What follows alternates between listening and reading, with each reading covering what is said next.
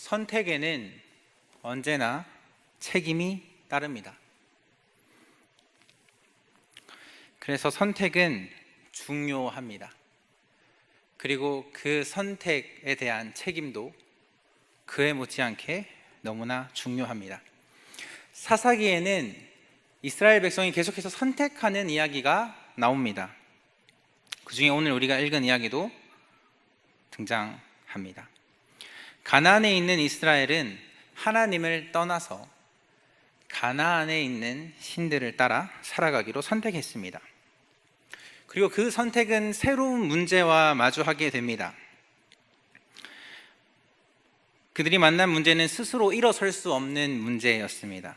그리고 그 위기 앞에 짓눌러 살아가며 고통스러울 때 하나님을 찾는 이야기가 사사기에는 12번이나 반복하고 있습니다. 이스라엘은 하나님을 떠났습니다. 그런데 왜 하나님을 찾을까요? 새로운 길을 선택할 때에, 새로운 선택을 할 때에 대부분 새로운 길로 나아가겠다라고 선택했다면 뒤를 돌아보지 않습니다. 과거의 길이 아니라 전혀 새로운 길을 선택했을 때에 우리는 과거에 잡혀 살아가는 것이 아니라 그 새로운 선택이 이끄는 곳으로 계속해서 나아가곤 합니다. 그런데 새로운 길에는 언제나 새로운 문제가 기다리고 있습니다. 그리고 그 문제를 이겨내지 못하고 하더라도 그 문제에 대해서, 그 선택에 대해서 책임을 져야 합니다. 그래서 선택은 언제나 신중해야 하고 선택은 언제나 가벼워서는 안 됩니다. 이스라엘의 선택에는 이스라엘의 책임이 필요합니다.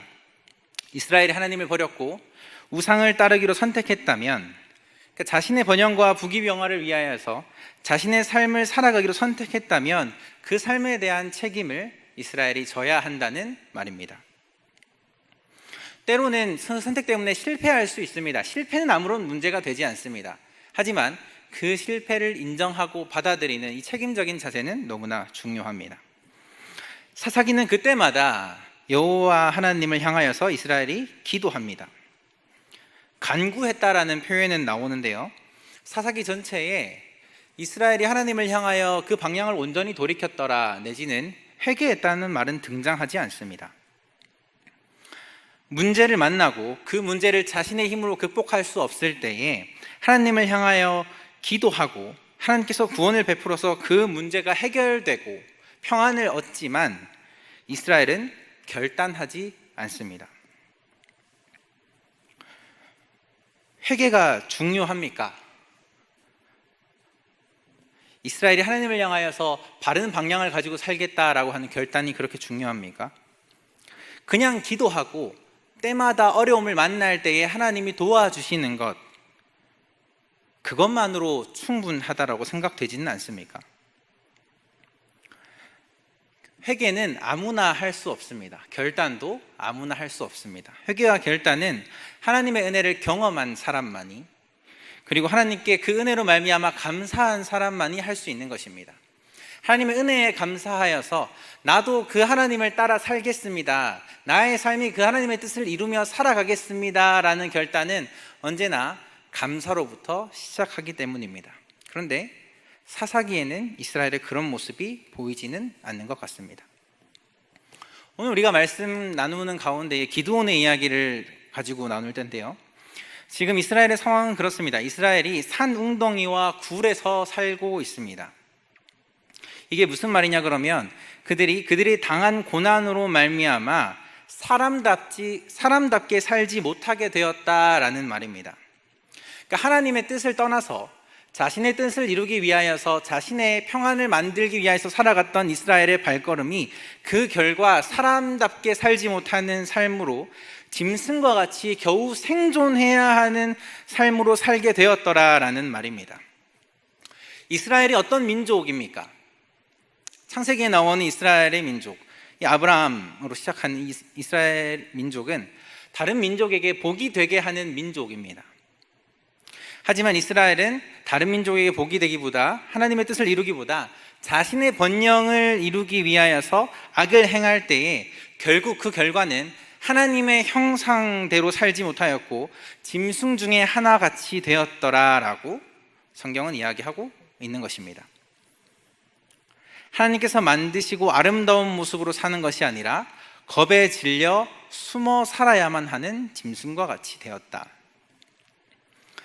하나님을 떠나 위기를 겪게 되자 그들은 먼저 평안을 잃어버렸습니다. 그리고 그들은 그의 미디안의 압제를 당하는 동안 불안과 두려움 가운데에 잡혀서 살아가게 됩니다. 자신의 뜻을 이루기 위해서만 달려왔지만 결국 자신의 뜻을 이루지도 못하고 오히려 불안과 두려움 가운데 살아가더라. 죽음의 위기와 공포를 안고 살아가더라 라고 이야기하고 있습니다. 지금 말하고 있는 것은 종교를 이야기하고 있는 것이 아닙니다. 그들이 어떤 대상을 예배할 것인가에 대한 이야기를 나누고 있는 것이 아니라 이스라엘 백성이 자기의 삶을 어떤 방향을 향하여 살아가야 하는가에 대해서 이야기를 나누고 있는 것입니다.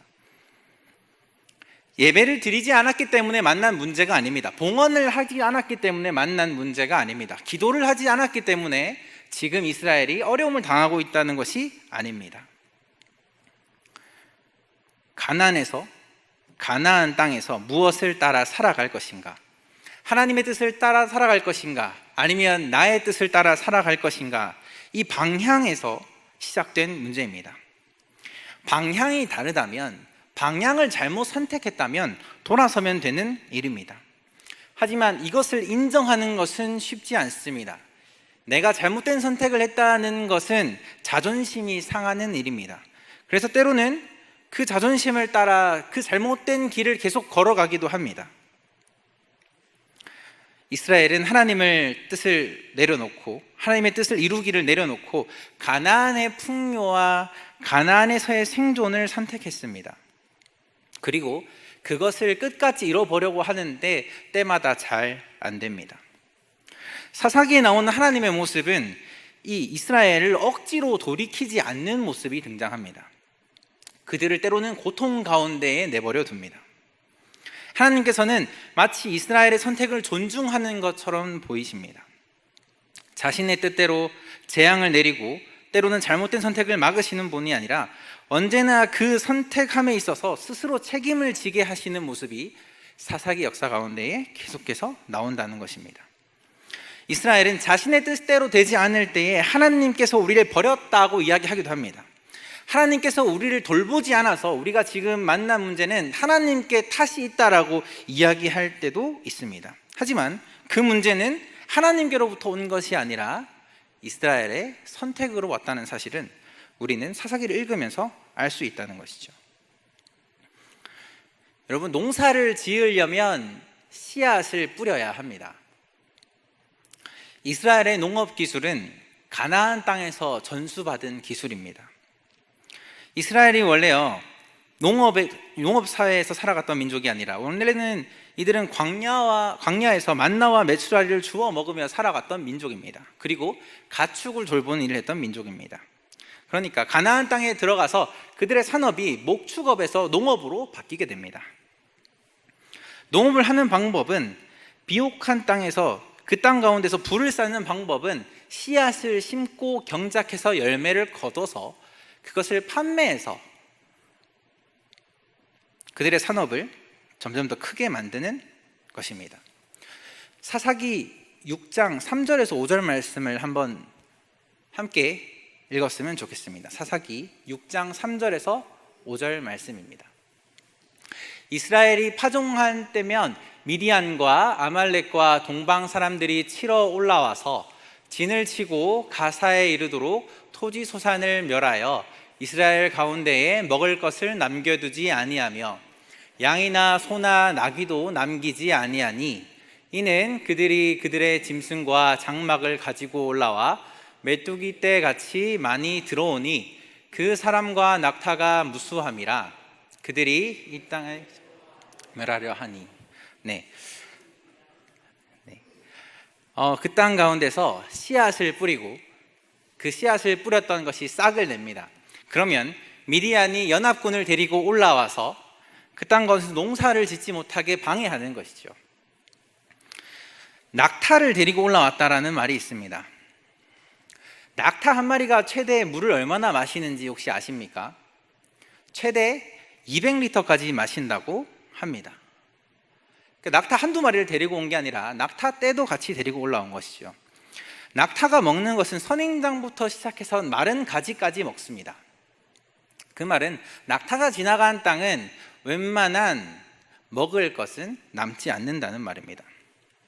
이것이 7년 동안 반복되었습니다. 7년 동안 씨앗이 뿌려서 싹이 올라올 때가 되면 낙타를 끌고 와서 그 땅에 있는 모든 농작물들을 다 먹고 그 땅에 있는 모든 물을 다 마시게 하는 것입니다. 7년이라는 시간은 결코 짧지 않았습니다. 7년간 궁핍하게 살았습니다. 이스라엘은 지금 집에서 살고 있는 것이 아니라 산에서, 굴에서, 웅덩이 근처에 살고 있습니다. 이들이 왜 산과 집을 떠나서 산과 골짜기에서, 웅덩이에서, 굴 근처에 살았어야 했을까요? 그것은 아마도 낙타 때문에 그런 게 아닌가라고 생각을 합니다. 제가 낙타를 검색해 보니까요, 낙타는 평지와 모래가 많은 곳과 평지에서는 잘 이동한다고 합니다. 하지만 발목이 약해서, 그리고 경사가 진 곳에서는 낙타가 그 힘을 제대로 발휘하지 못한다고 합니다. 그러니까 이스라엘은 생존을 위해서 자기의 집을 다 버리고 산에서, 굴에서 살아가면서 그 산에서 조금 농사를 지으면서 살아가고 있다는 것입니다. 오늘 본문의 기드온은요, 포도주 틀에서 밀을 타작하고 있습니다. 밀을 타작할 때 중요한 것은 바람이 잘 통하는 곳입니다. 밀을 타작할 때에, 키질을 하고 타작할 때에 이 바람이 껍질과 쭉정이를 날려주고 그 알곡은 아래로 떨어뜨려서 굉장히 중요한 작업이, 이 타작마당은 항상 그 언덕 위에 있다고 합니다. 그런데 기드온은 포도주 틀에서 밀을 타작하고 있습니다. 포도주 틀은 어디에 있냐고 하면 포도원 근처에 경사나 언덕에 비탈길에 있습니다. 타작마당이 높은 언덕에 있어서 잘 드러나는 곳이라면 포도주 틀은 잘 보이지 않는 은밀한 곳에 있습니다. 기드온은 왜 여기서 타작을 했었어야만 했을까요? 그것은 만약에 언덕 위에서 밀을 타작하다가 그 껍질과 그 쭉정이들이 날려서 다른 사람들의 눈에 띄어서 그것을 다 빼앗길 수 있기 때문입니다. 기드온은 이 일조차 미디안을 두려워하면서 해야만 했습니다. 곡식이 빼앗길까봐, 배가 고플까봐. 나 혼자 배고픈 게 아니라 우리 가족이 굶을까봐 조마조마하는 마음으로 미디안의 눈치를 보고 두려워하고 있었다는 것입니다. 기드온의 모습은 이스라엘을 대표하는 모습입니다. 기드온만의 이런 특별한 모습을 나타내는 것이 아니라 그 당시 미디안 손 아래 살아가던 이스라엘은 다 이와 같았다라는 것입니다. 7년을 굶주려 하며 미디안의 손에 눌려 살아가더라. 미디안을 극복할 수 없었더라. 미디안에게 다 내어주며 살았더라. 모든 것을 다 빼앗겨도 저항하지 못하며 살았더라. 그들은 당당하지 못하고 쭈그러들어 살아가고 있었더라 라는 말을 이 기드온의 모습을 통하여서 보여주고 있는 것입니다. 하나님의 백성이 미디안에게 수치를 당하며 살았습니다. 처음에는 아마 수치로 느꼈겠죠. 근데 시간이 7년입니다. 포도주 틀에서 밀을 타작하며 들키지 않는 것만으로 안주하며 그들은 살았습니다. 이것이 수치스러운 것이 계속 반복되니까요, 나중에는 거기에 만족하며 이스라엘이 살아가는 것을 우리는 생각해 볼 수 있습니다. 거기에 적응하며 살았다는 것입니다. 이스라엘은 왜 극복하려 하지 않았을까요? 미디안의 손 아래서 굴욕적인 상황으로 짐승과 같이 살아가고 있는 이스라엘은 왜 극복하려 하지 않았을까요?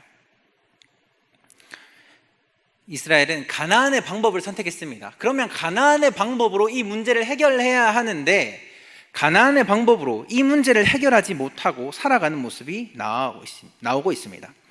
가나안의 삶의 방식은 힘의 논리입니다. 힘 있는 자가 없는 자를 짓밟고 약탈하는 것이 가나안의 방식입니다. 거기에 굴복하지 않으려면 그 힘싸움에서 수치를 당하지 않으려면 부국강병을 이뤄내야 합니다. 이것이 가나안의 방법입니다. 만약에 거기서 힘의 싸움에서 도태된다면, 그 싸움에서 굴복을 당하게 된다면 다음 기회는 찾아오기 어렵습니다. 또 다른 강자가 나타나게 되고 결국 그 힘 앞에 또 굴복하고 또 빼앗기고 또 수탈당할 수밖에 없는 것이 가나안의 방법이라는 것입니다. 가나안의 방식이자 오늘 우리의 세상의 방법은 아닌지 생각해 봅니다. 약육강식의 논리, 약한 것은 고기가 되고 강자는 이를 먹는다는 논리를 벗어날 수 없습니다. 이것은 아주 치열한 싸움이 됩니다. 이 싸움에서 진다고 누군가 불쌍히 여겨주지 않습니다. 강자는 박수를 받지만 약자는 돌봐지지 않습니다. 약자는 언제나 승자에게 내어주어야 하고 강자는 언제나 약자들을 짓밟아야 하는 것이 가나안의 방법입니다. 이스라엘은 그 싸움에서 패배했습니다. 패배한 이스라엘에게는 다른 선택지가 없습니다. 그저 그것을 받아들이며 사는 것. 집이 아니라 바위 틈에서 살아가는 것을 받아들여야 합니다.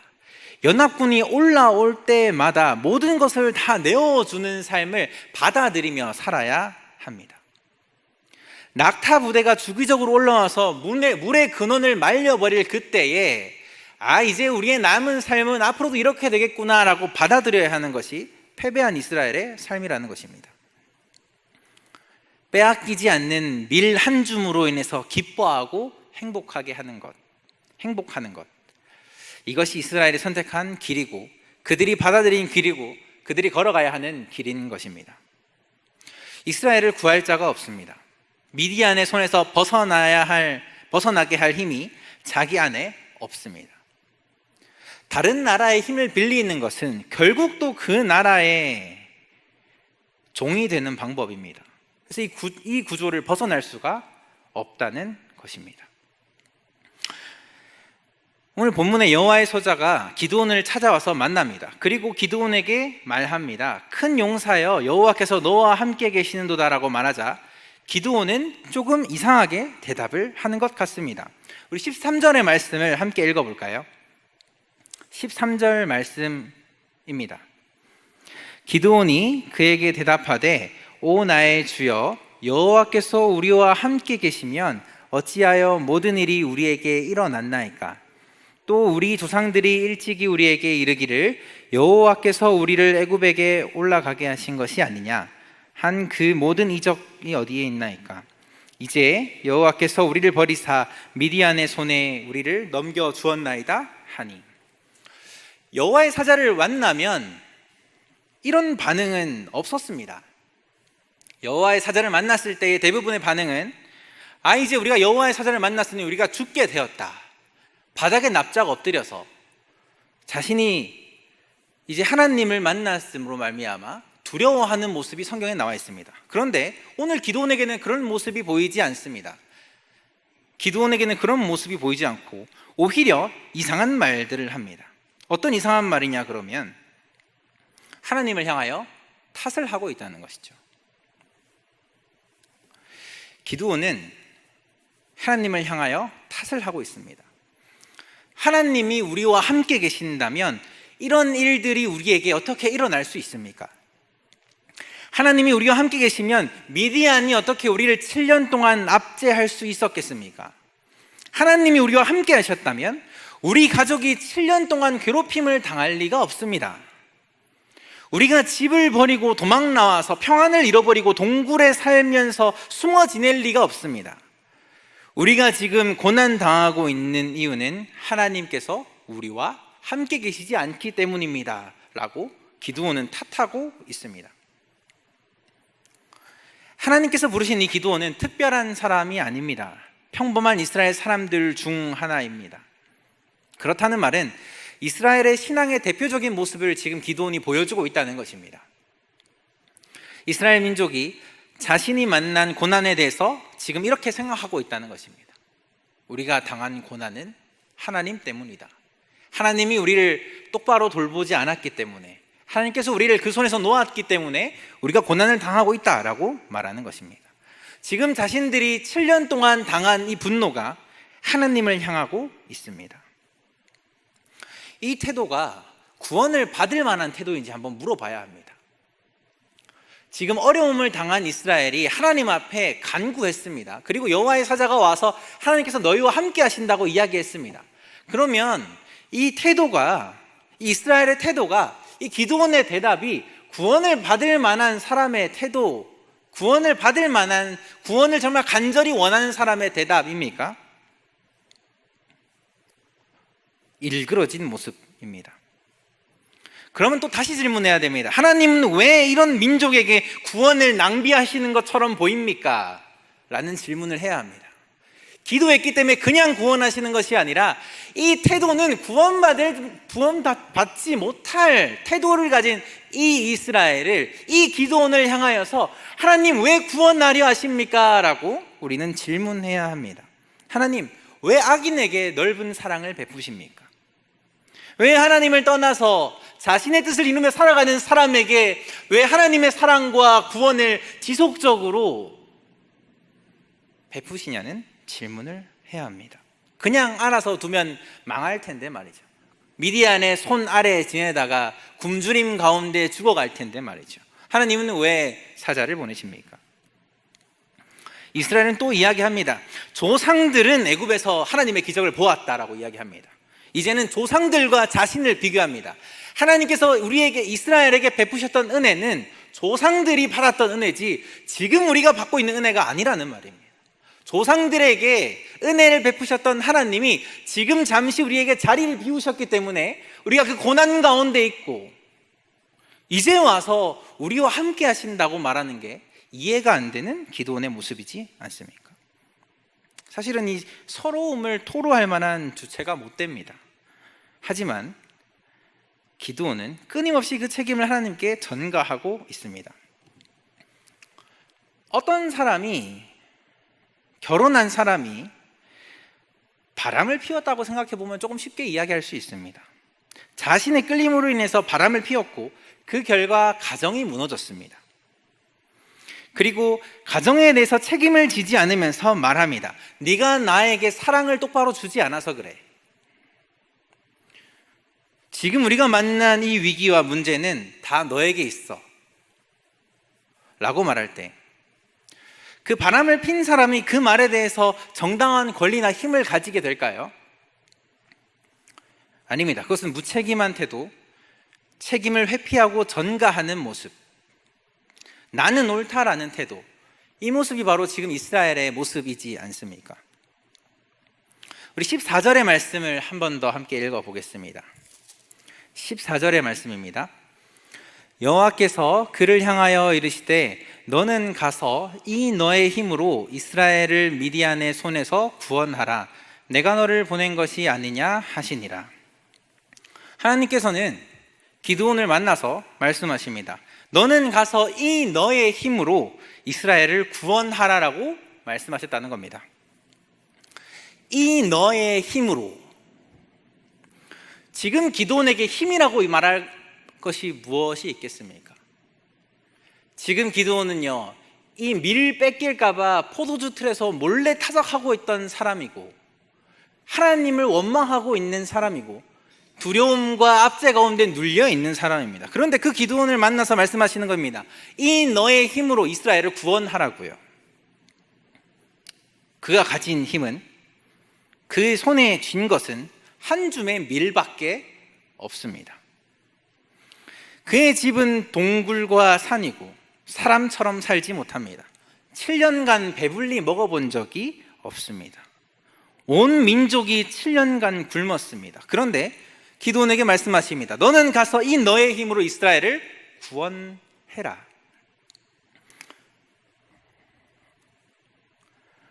문제를 만나서 힘들어하고 있는 사람에게 네가 가진 힘으로 그 어려움을 이겨내라고 이야기하면 그것은 응원이 아닙니다. 그 말은 그 사람을 더욱더 비참하게 만들기도 합니다.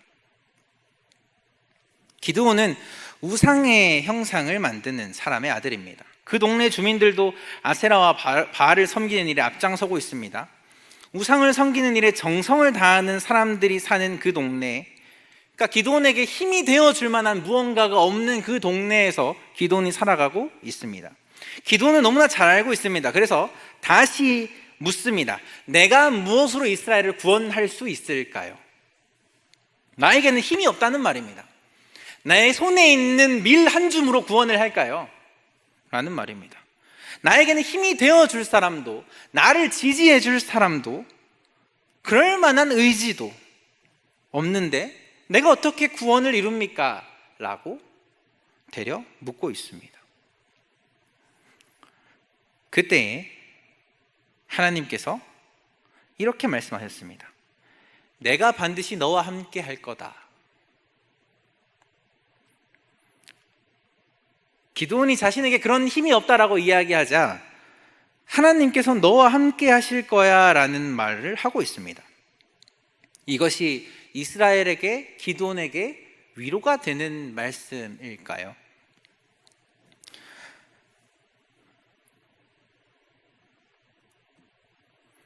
수치와 두려움 가운데 사는 이스라엘에게 하나님께서 다시 우리와 함께 하시는다는 말이 그들에게 위로가 될까요? 하나님께서 함께 하신다는 말씀이 이 위기와 문제를 넘어설 만한 힘이 되는 말씀이라고 생각하십니까? 하나님께서 함께 하신다는 그 말은 무엇일까요? 지금 이스라엘 전체가 하나님을 향하여 원망하고 있습니다. 그리고 부끄러움과 수치를 당하며 살아가고 있습니다. 그리고 하나님을 향하여 화를 내고 있습니다. 그런 기드온을 향해서 내가 너와 함께 있음이 구원을 받을 만한 힘이다. 이것이 너의 힘이다 라고 말씀하고 있다는 것이죠. 하나님께서 우리와 함께 하신다는 것, 이 말씀이 오늘 위기를 만난 우리에게도 동일한 위로가 됩니까? 하나님께서 우리와 함께 하신다는 이 믿음이 오늘을 살아가는 우리에게 우리가 만난 고난과 역경을 뛰어넘을 만한, 그것을 넉넉히 이길 만한 하나님의 힘이 되냐고 우리는 물어야 합니다. 여러분에게 있어서 하나님이 우리와 함께 하신다, 하나님께서 나와 함께 하신다 라는 말은 어떤 힘을 가지고 있습니까? 12절의 말씀을 한번 읽어보겠습니다. 12절 말씀입니다. 여호와의 사자가 기드온에게 나타나 이르되 큰 용사여 여호와께서 너와 함께 계시도다 하매. 여호와의 사자가 기드온을 만나서 말하는 그 첫 번째 말이 큰 용사여 였습니다. 큰 용사여. 기드온에게 맞지 않는 칭호입니다. 큰 용사여. 지금 포도주 틀에서 몰래 밀을 타작하고 있는, 두려움과 공포 속에 살아가고 있는 아버지 집 중에서도 가장 작은 자에 속하는 이 기드온을 향하여 여호와의 사자가 나타나서 말씀하십니다. 큰 용사여. 이 큰 용사라는 말은 대단한 어떤 잠재력을 가지고 있는 사람에게 붙여줄 수도 있을 것 같습니다. 업적을 세운 어떤 사람에게도 붙여줄 수 있을 것 같습니다. 그런데 기드온은 아직 아무것도 없지 않습니까? 기드온 속에 있는 것이라고는 두려움과 하나님을 향한 원망만 있습니다. 아직 그 수치를 떨쳐버리지 못했습니다. 여전히 미디안의 손 아래 억눌리며 살아가고 있습니다. 그런 기드온에게 큰 용사여, 하나님께서는 기드온을 향하여 이렇게 불러주셨습니다. 중요한 건 지금 기드온이 누구냐 하는 것이 아닙니다. 하나님께서 기드온을 향하여 그렇게 불렀다는 것입니다. 자신의 뜻을 이루기 위하여서, 기드온을 통하여서 하나님의 뜻을 이루기 위하여서, 이 백성을 미디안으로부터 구원하기 위하여서 하나님께서는 기드온을 큰 용사로 불렀다는 사실입니다. 기드온의 손에 무엇가 있는지 중요하지 않습니다. 기드온의 삶이 어떻게 살아왔는지, 그 속에 하나님을 향한 바른 신앙이 있는지 없는지가 중요한 게 아닙니다. 하나님께서 자신의 뜻을 이룰 기드온을 향하여 큰 용사라고 불렀다는 사실에 우리는 집중해야 합니다. 그리고 하나님께서는 기드온을 부르실 뿐 아니라 기드온을 큰 용사로 믿어주셨습니다. 그리고 그 큰 용사로 믿은 기드온을 하나님을 구원과 뜻을 이루는 도구로 사용하셨다는 사실을 우리는 기억해야 합니다. 우리는 큰 용사가 아닙니다. 우리는 우리의 뜻을 이루며 살아가기에 바쁩니다. 우리는 우리가 많이 얻어지는 것, 우리 수중에 들어오는 것, 우리의 어떤 목표를 이루는 것을 위하여 살아갑니다. 우리가 좀 더 많이 생각하면 내 가까운 사람들을 위하여 살아갑니다. 하지만 하나님께서 하나님의 뜻을 위하여 큰 용사라고 불러주실 때에, 지금의 나는 그럴 만한, 불릴 만한 자격이 안 됩니다. 하지만 우리를 향하여 하나님의 뜻을 이뤄 가실 그 하나님께서 우리를 향하여 큰 용사로, 기드온과 별반 다르지 않는 우리를 향하여 큰 용사로 부르신다는 사실을 기억하셨으면 좋겠습니다. 그래서 우리의 뜻을 이루며 살아가는 것이 아니라 주님의 뜻을 이루며 그 뜻을 구하며 구원을 만들어가며 살아가는 오늘 저와 여러분들이 되기를 간절히 원합니다.